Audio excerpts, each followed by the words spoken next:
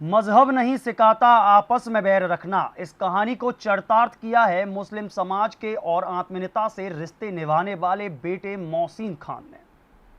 नमस्कार, स्वागत है आपका मथुरा न्यूज़ 24 में और मैं हूं आपके साथ बलराम शर्मा।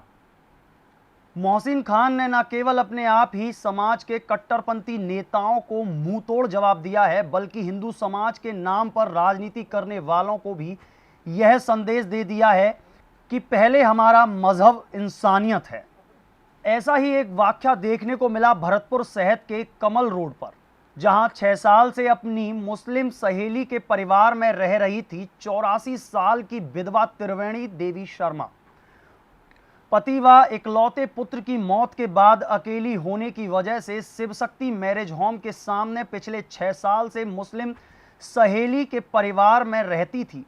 अचानक 84 वर्षीय त्रिवेणी के निधन पर जहां मोहसिन खान ने परिवार को दादी के जाने का दुख मानो पहाड़ टूट पड़ा हो, लेकिन मोहसिन खान ने अपना फर्ज निभाते हुए व लोगों की परवाह न करते हुए अंतिम संस्कार किया। वह मुंडन भी कराया और गंगा जी से जाकर रमजान के माह में परिवार में सूतक लगा होने का मानकर रोजे छोड़कर अस्थियां भी विसर्जित की। इतना ही नहीं, शोक होने की वजह से उसके पूरे परिवार ने रमजान का महीना होने के बाद भी रोजे नहीं रखे। यह मिसाल पूरे जिले में चर्चा का विषय बनी हुई है। आपको बताते चलें कि भरतपुर के मोतीझील स्थित जयपुर विद्युत वितरण निगम लिमिटेड के लाइनमैन प्रथम के पद पर कार्यरत 34 वर्षीय मोहसिन खान बताते हैं कि दादी के निधन पर उन्होंने गरुड़ पुराण ब्राह्मण भोज करने के साथ सैयादान भी किया। लॉकडाउन होने की वजह से अस्थि विसर्जन के लिए 3 बार पास बनवाने का प्रशासन से अनुरोध भी किया, लेकिन हर बार रिजेक्ट हो रहा था। जब प्रशासन से अनुमति मिली तब सोरोजी जाकर गंगा जी में अस्थि विसर्जन करने भी गया। मोहसिन ने बताया कि उनका पूरा परिवार कमला road Shiv Shakti marriage home के सामने अक्टूबर 2013 से रह रहा है। उनके पिता रवि खान का जामा मस्जिद के पास एक तस्वीर वाले के नाम से चूड़ी की दुकान है। वहां उनकी दादी उम्मीदी भी उसी इलाके में दुकान पर बैठती थी और फिर त्रिवेणी देवी शर्मा का दुकान पर आना जाना था। कुछ दिनों में ही रोज की मुलाकात से घर पर भी आना जाना शुरू हो गया। त्रिवेणी देवी शर्मा का भले ही उससे महज लगाव था, लेकिन अम्मा की सहेली होने की वजह से मोहसिन सहित पूरा परिवार उन्हें दादी ही बुलाया करता था। दादी त्रिवेणी देवी के पति गौरी शंकर शर्मा का करीब 45 साल पहले ही निधन हो चुका था। अपने बेटे को साथ लेकर वह अपनी गुजर बसर कर रही थी, लेकिन इकलौते पुत्र की मौत के बाद दुखों का पहाड़ मानो अचानक टूट पड़ा। 84 वर्षीय त्रिवेणी देवी को अकेले और बिन सहारा देख मोहसिन का परिवार उन्हें अपने घर ले आया था। वह फरवरी 2014 से ही मुस्लिम परिवार के साथ रह रही थी। यह एक मिसाल है उन लोगों के लिए जो कि हिंदू और मुस्लिम कहते हैं। आज इस हिंदू और मुस्लिम की दीवार को तोड़ते हुए मोहसिन ने एक मिसाल कायम कर दी है।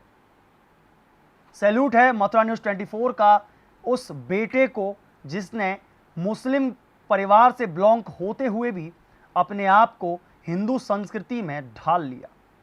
ऐसी अन्य खबरों को देखने के लिए जुड़े रहिए मथुरा न्यूज़ 24 के साथ। सीखी है और हमेशा गाया है कि मजहब नहीं सिखा था आपस में बैर रखना, और दुनिया का जो सबसे बड़ा धर्म है वो मानवता का धर्म है। तो वो मानवता का धर्म जो है वो मैंने निभाया है। एक छोटी सी एक मिसाल है। मैं इसको एक बहुत बड़ा कर्म या काम नहीं मानता।